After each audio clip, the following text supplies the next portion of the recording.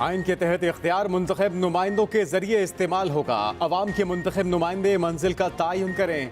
पाक फौज पाकिस्तान की तरक्की में अवामी नुमाइंदों का भरपूर साथ देगी। नए और पुराने पाकिस्तान की बहस छोड़कर हमारे पाकिस्तान की बात करनी चाहिए। Army chief general Asim Munir का कौमी सलामती के इन कैमरा इजलास में इजहार ख्याल। कहा, इख्तियारात का मरकज पाकिस्तान के अवाम है। आईन पाकिस्तान और पार्लियामेंट अवाम की राय का मजहर है। अवाम अपनी राय आइन और पार्लियामेंट के जरिए इस्तेमाल करते हैं। असल सुप्रीमेसी पार्लियामेंट की है। पार्लियामेंट में आप कानून साजी करें। पाकिस्तान की मजबूती के लिए कानून साजी होनी चाहिए। दहशतगर्दी सिंध में इसलिए नहीं हो रही कि हमने उन्हें बलूचिस्तान में काबू कर लिया। पाकिस्तान के खिलाफ जो भी होगा उसे खत्म करेंगे।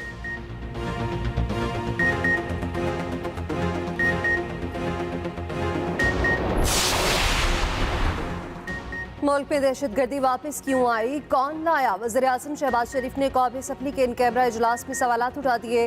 कहा, तमाम सूबों ने दहशतगर्दी के खात्मे के लिए रकूम दी थी, वो कहाँ गई? खैबर पख्तूनख्वा को दिए जाने वाले अरबों रुपए के वसाइल कहाँ इस्तेमाल हुए? उनका जवाब लेना होगा। हमारे शोहदा की अजीम कुर्बानियों से अमन बहाल हुआ। ये मेहनत 4 साल में ज़ाया कर दी गई। अफवाज पाकिस्तान के शोहदा को सलाम पेश करता हूँ। दूसरी तरफ कौमी असम्बली के इन कैमरा इजलास में DGI समेत दीगर सियासी और अस्करी हुकाम ने शिरकत की। अस्करी हुकाम ने दाखिली और मुल्की सलामती से मुताल्लिक ब्रीफिंग दी। DG मिलिट्री ऑपरेशन ने अमन अमान और वज़ीरिस्तान में इस्दात दहशतगर्दी के ऑपरेशन से मुताल्लिक ऐवान को एतमाद में लिया। अरकान ने कौमी असम्बली के सवालात का जवाब दिया।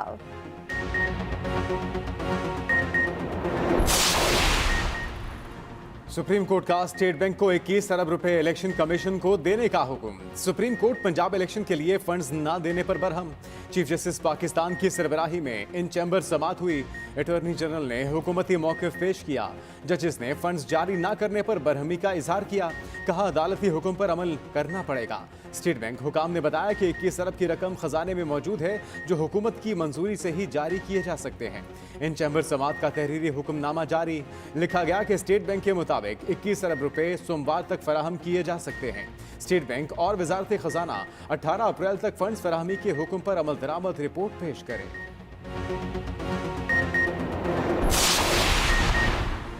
वफाक का सुप्रीम कोर्ट में इलेक्शन फंड्स बारे तहरीरी जवाब जमा। मौक़िफ़ अपनाया गया। वफाकी हुकूमत ने अदालती अहकामात पर अमल कर दिया।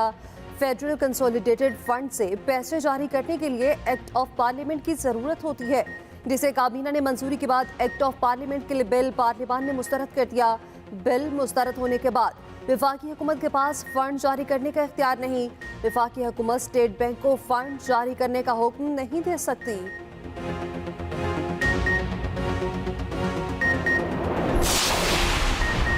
कौमी असम्बली में supreme court review of judgment and orders bill मुतफ़िका तौर पर मंजूर। सुप्रीम कोर्ट के खिलाफ करारदाद भी मुतफ़िका तौर पर मंजूर कर ली गई। करारदाद में कहा गया कि supreme court practice and procedure bill को 8 रुकनी बेंच में ज़ेरे समात लाना बाइसे तशवीश है। बजट देने या ना देने का तमाम तर इख्तियार पार्लियामेंट के पास है। कोई इदारा इख्तियार को छीन नहीं सकता। चेयरमैन के इख्तियारात में इजाफे से मुतल्लिक नैब तरमीमी बिल भी मंजूर। ज़ाब्ता फौजदारी तरमीमी बिल 2023 मंजूर कर लिया गया। कौमी असम्बली ने डैम फंड्स की रकम कौमी खजाने में जमा करवाने का भी मुतालबा कर दिया। उधर वज़ीर दिफा ख्वाजा आसिफ ने ऐवान में इज़हार ख्याल करते हुए कहा कि सुप्रीम कोर्ट अपनी पावर को बरकरार रखने के लिए कानून साजी के खिलाफ है। पार्लियामेंट अपनी हुदूद में किसी की मुदाखलत बर्दाश्त नहीं करेगी।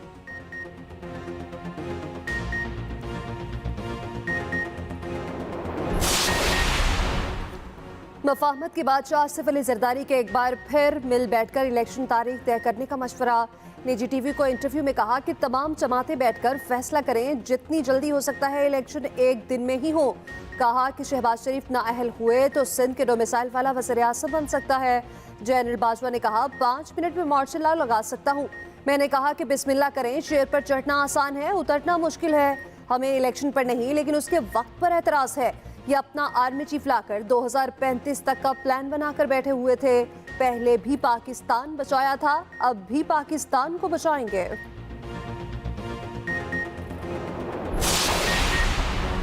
ये सियासतदान नहीं, माफियाज हैं। अफसोस इस्टेब्लिशमेंट इनके साथ खड़ी हो गई। चेयरमैन तहरीक इंसाफ इमरान खान का वीडियो लिंक के जरिए कारकुनों से खिताब।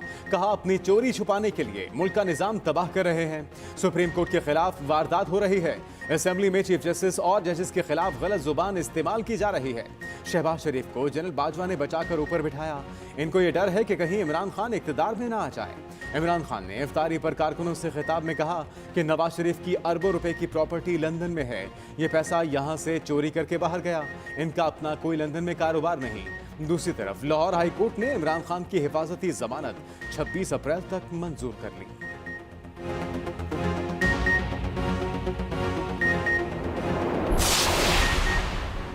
चीफ जस्टिस समेत सुप्रीम कोर्ट के 8 जजेस के खिलाफ रेफरेंस दायर। एक वकील की जानिब से दायर रेफरेंस में chief justice Umar Ata Bandial, justice Ijazul Hasan, justice Munib Akhtar, justice Mazahar Naqvi, justice Mohammad Ali Mazhar, justice Ayesha Malik, justice Hasan Azhar Rizvi और जस्टिस शाहिद वहीद को फरीक बनाया गया। रेफरेंस में मौक़िफ़ इख्तियार किया गया है कि चीफ जस्टिस ऑफ पाकिस्तान ने पार्लियामेंट के मंजूर करदा बिल को समाअत के लिए मुकर्रर करके इख्तियारात से तजावुज़ किया। चीफ जस्टिस ने अपनी सरबराही में गैर आईनी तौर पर 8 रुकनी बेंच तश्कील दिया। सुप्रीम कोर्ट की जजेस के दरमियान झगड़े की खबरों की तरतीब। एलामिया में कहा गया कि जजेस कॉलोनी पार्क में जजेस की लड़ाई की खबर सरासर झूठ और बदनीयती पर मबनी है। जाली रिपोर्टिंग से अदालत और जजेस का वकार मजरू करने की कोशिश की गई। जजेस के बारे में झूठी खबर फैलाकर कानून की खिलाफ वर्जी भी की गई।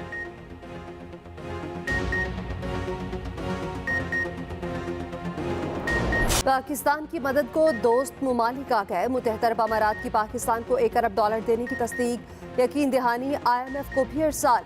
सागदार ने ट्वीट करके तस्दीक कर दी। वज़ीर ख़ज़ाना ने ट्वीट में लिखा कि स्टेट बैंक हुकाम UAE हुकूमत से $1 अरब डिपॉजिट के लिए राब्ते में है। चीनी बैंक से $30 करोड़ की तीसरी किस्त मौसूल हो गई।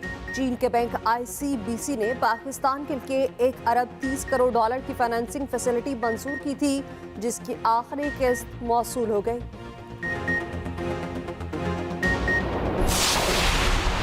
महंगाई ने हर चीज को आग लगा दी। रवां हफ्ते 26 अशियाए जरूरिया महंगी हो गईं।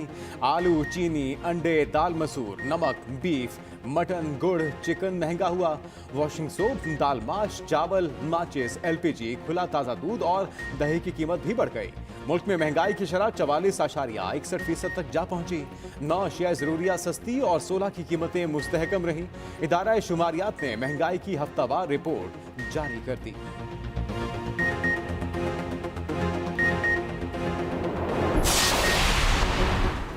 आज़ाद कश्मीर का नया वज़ीर आज़म कौन होगा? सियासी जोड़ तोड़ पे तेजी। कानून साज असम्बली के इजलास में कोरम पूरा न हो सका।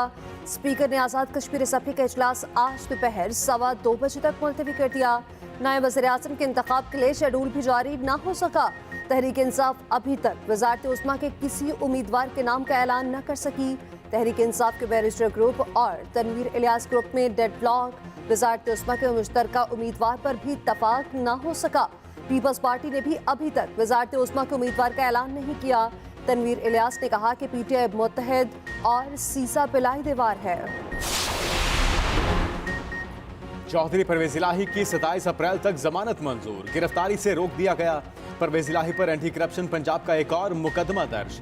परवेज इलाही पर एक गैर मुल्की कंपनी को 2 अरब 90 करोड़ अदायगी के एवज 12 करोड़ रुपए रिश्वत लेने का इल्जाम है। परवेज इलाही अबूरी जमानत के लिए एंटी करप्शन की खुसूसी अदालत पेश हुए। कहा, मेरे खिलाफ एंटी करप्शन ने झूठा मुकदमा दायर किया, जिस पर जमानत के लिए हाजिर हुआ हूँ। दूसरी जानिब एंटी करप्शन ने मोनस इलाही के करीबी दोस्त और मुबैना फ्रंटमैन जुबैर खान को गिरफ्तार कर लिया। उधर लाहौर हाई कोर्ट ने परवेज इलाही और मोनस इलाही को इलेक्शन लड़ने की इजाजत दे दी। अली अमीन गंडापुर बदस्तूर पुलिस की तहवील पे 2 मुकदमात में सिविल कोर्ट भक्कर में पेश किया गया। एक मुकदमे में अली अमीन गंडापुर को डिस्चार्ज कर दिया गया। दूसरे मुकदमे में उनका 3 रोज़ा जिस्मानी रिमांड दे दिया गया। अली अमीन को तीसरे मुकदमे में आज सरगोदा इस्तात दहशतगर्दी की अदालत में पेश किया जाएगा।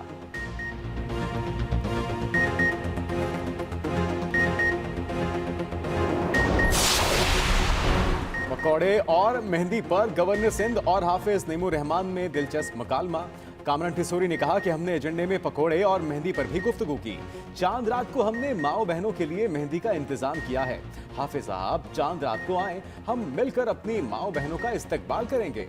हाफिज नईमुर रहमान ने जवाब देते हुए कहा कि मेहंदी लगाने पर एतराज नहीं, लेकिन पैरों में नहीं, हाथों में लगाएं।